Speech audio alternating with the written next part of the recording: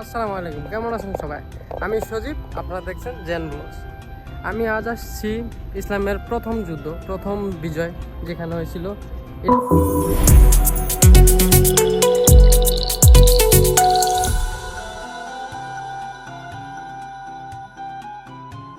ইসলামের ইতিহাসে এমন একটি দিন আছে যেদিন সংখ্যা নয়, ইমানে ছিল বড় শক্তি।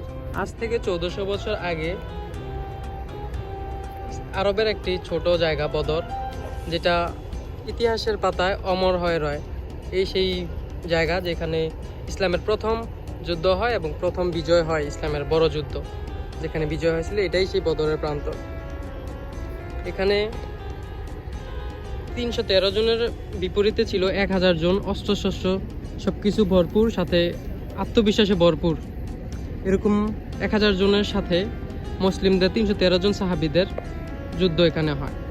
তখন মহান ইসলাম রাতে আল্লাহর কাছে দোয়া প্রার্থনা করে যে, ইয়া আল্লাহ, আমার এই দল যদি মৃত্যুবরণ করে তাহলে তোমার ইবাদত করার মতো পৃথিবীতে আর কেউ বেঁচে থাকলো না। তখন আল্লাহ তাআলা মহান ইসলামকে বলেন, কোরআনে বলেন যে, আমার পক্ষ থেকে ফেরেশতাগণ দ্বারা যুদ্ধে সাহায্য করা হবে। তারপর বদরের ইতিহাস তো সবার জানা। বদরে কি হয়েছিল? 313 জনই 1000 জনকে পরাস্ত করে ইসলামের বিজয় ছিনিয়ে আনে। তো এখানে কিছু সাহাবীগণ মৃত্যুবরণ করেছেন, যাদের কবর আরও সামনের দিকে, আমরা সেদিকে যাবো একটু পর এবং ইনশাল্লাহ আপনাদেরকে দেখাবো। আর এই জায়গাতে মানুষ নানান জায়গা থেকে আসছে ভ্রমণ করতে, দেখতে পাচ্ছেন এখানে অনেকগুলো বাস আছে, দেন ওই পাশে আছে অনেক ট্যাক্সি। তো এখানেও আবু জাহেলের একটা কবর আছে, জানি না দেখতে পাচ্ছেন কিনা, এইখানে যদি জুম করে দেখাই, এটাই হচ্ছে আবু জাহেলের কবর। অনেকে পাথর মেরে রাখছে, এটা আরো অনেক বড় করে রাখছিল পাথর মারতে মারতে, তবে এখন ছোট করে ফেলছে কারণ এটা অনেক বড় হয়ে গেছিল। তো সৌদি প্রদত্ত লোকজন ওটা সরিয়ে নিচে করে দিয়েছিল, তারপরে এখনো অনেক মানুষ এটাতে পাথর মেরে আবারও কিছুটা বড় করে রাখছে।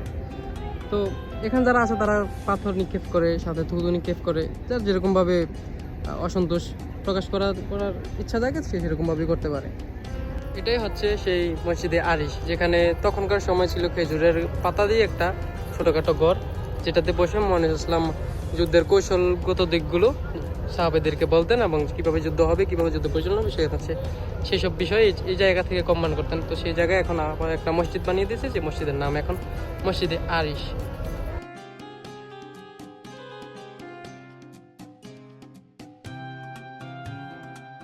এটাই সেই কাঙ্ক্ষিত কবরস্থান যেখানে বদরে শহীদ হওয়া সাহাবীগণকে সমাদৃত করা হয়েছে।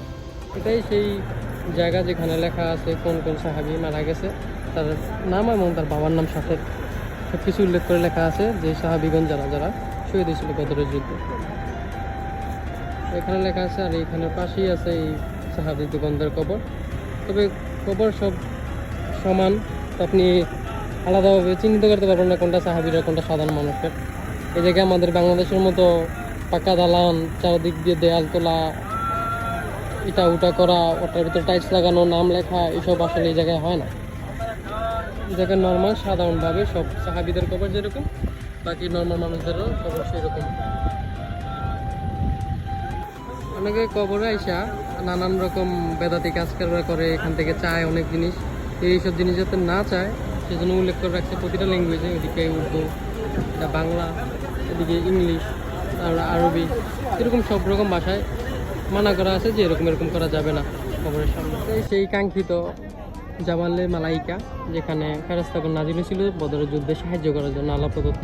এখন শীতকাল, তাও পালু প্রচণ্ড গরম। এই সেই বদর শহর, এই পাহাড়ের উপর থেকে বদরের ভিউ দেখেন। এখানে অনেক জিয়ারত করতে আসছে অনেক মানুষ, এখানে বাস আছে, হাজি বাস। সাথে এই পাহাড় যতটা ছোটো মনে করছিলাম ততটা ছোটো নয়, এটা বেশ উঁচু আর বেশ বড়। আমরা অর্ধেকটা উঠতে পারছি, তবে ইচ্ছা থাকতেছে না আর উপরে উঠা। আপনাদের দেখানোর জন্য যতটুকু পারা যায় উপরে উঠলাম। আই হোপ সবাই এনজয় করবেন। এটা হচ্ছে বদর মেইন শহর, অত বড় না শহরটা, তবে খুব সুন্দর শহর। সৌদি আরবে সচরাচর এরকম সবুজাচ্ছন্ন পাহাড় দেখা যায় না, তবে এখানে দেখা মিলে। আমার বয়সটা অনেকটা হাঁপানো হয়তো মনে হতে পারে, আসলে অনেকটা উপরে উঠছি তো, যার ফলে বয়সটা এরকম হয়ে গেছে।